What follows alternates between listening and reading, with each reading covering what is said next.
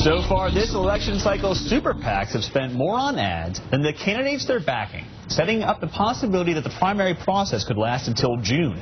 Does somebody on the inside of these big money machines think this could be the downfall of the GOP? Joining us now is Jonathan Colicchio, the Director of Communications for American Crossroads, a conservative super PAC co-founded by Karl Rove. Jonathan, thanks so much for coming on the program.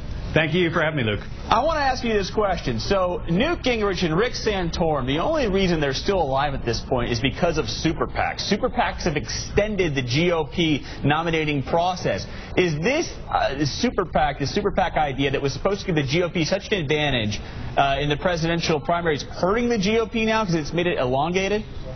I don't know that the long primary is necessarily hurting the Republican Party. I mean, it's certainly putting off the general fight between whoever the candidate is and Obama, but I don't necessarily believe that a long Republican primary is a negative. One of the things that folks forget about when they talk about super PACs, however, is that they weren't created by the Republicans. It was actually a creature of the last time Congress meddled with the campaign finance laws.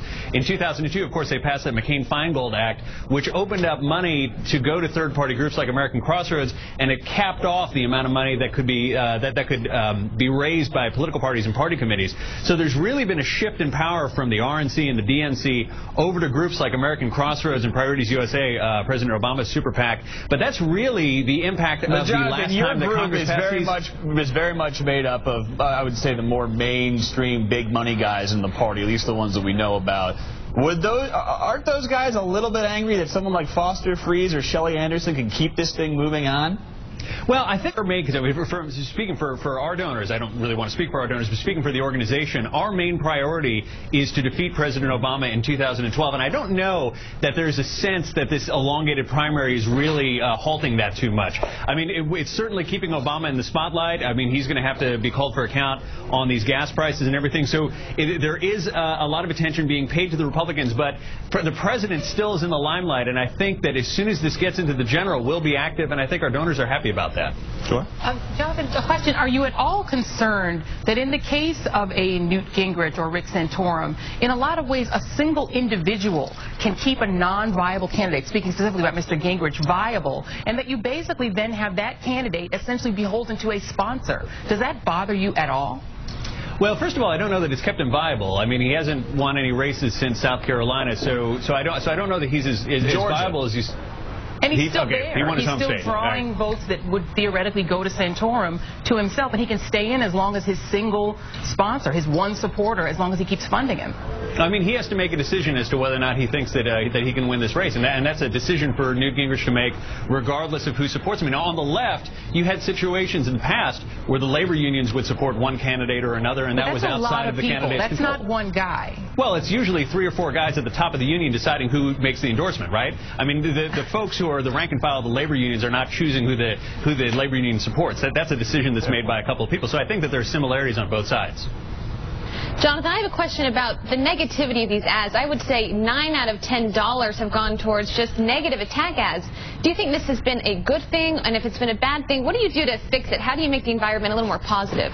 Well, I think it's also how you define negative, right? I mean, these weren't, I don't know that the Romney super PAC has been running ads about Gingrich's ex-wives or anything like that. I mean, they've been running ads about his, getting the money back or Fannie Mae or whatever those issues are.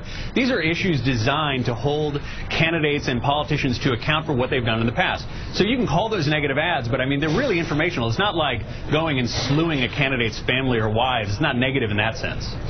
Jonathan, the Washington Post took a poll earlier this week which said, what do folks think of super PACs? Should they be legal or illegal? Illegal 69%, legal 25%. You're not very well liked out there. I guess the First Amendment isn't well liked. I mean, in reality, I mean, it's kind of an obscure campaign finance thing that we're talking about among friends here. But I mean, by and large, what is the understanding of the basis of super PACs? And I don't know that that's a really well-educated opinion that most folks were espousing. Jonathan, but the candidates themselves, they've raised about half as much as the GOP field did at this time in 2008. Is it fair to say that super PACs are going to carry this party heading into November? Well, it's interesting. You're seeing that happen on both sides. Well, one of the things, Karl Rove actually had an article in today's Wall Street Journal where he showed that President Obama and the DNC actually have less money on hand than Bush Cheney 04 did 8 years ago in the same period of time. So I think that there's an effect on both parties with raising money. I think a lot of donors are having a hard time writing that $2,400 check that's traditional just because the economy isn't very good, and then they don't, they want to spend their money paying bills or whatever. So I think that the economy is having an impact on the traditional donations that are going into political parties, and I think that that's one of the reasons why super PACs, relative to the traditional efforts, are having some success this cycle. I just had one more question, Jonathan. I mean, you talked about the First Amendment. If it's a positive thing, right, that these entities can get involved in the process, then why do so many donors remain anonymous? Like, for instance, American Crossroads. Do you care to share with us, or do your donors care to share with America who they are?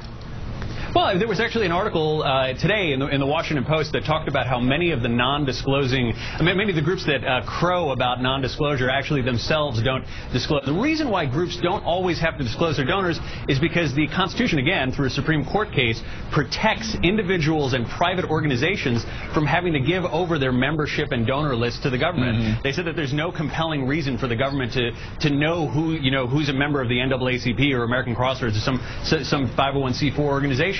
So it's really a precedent that has a lot of standing in constitutional law. Jonathan, real quick before we let you go, are you on pace to raise $240 million this cycle?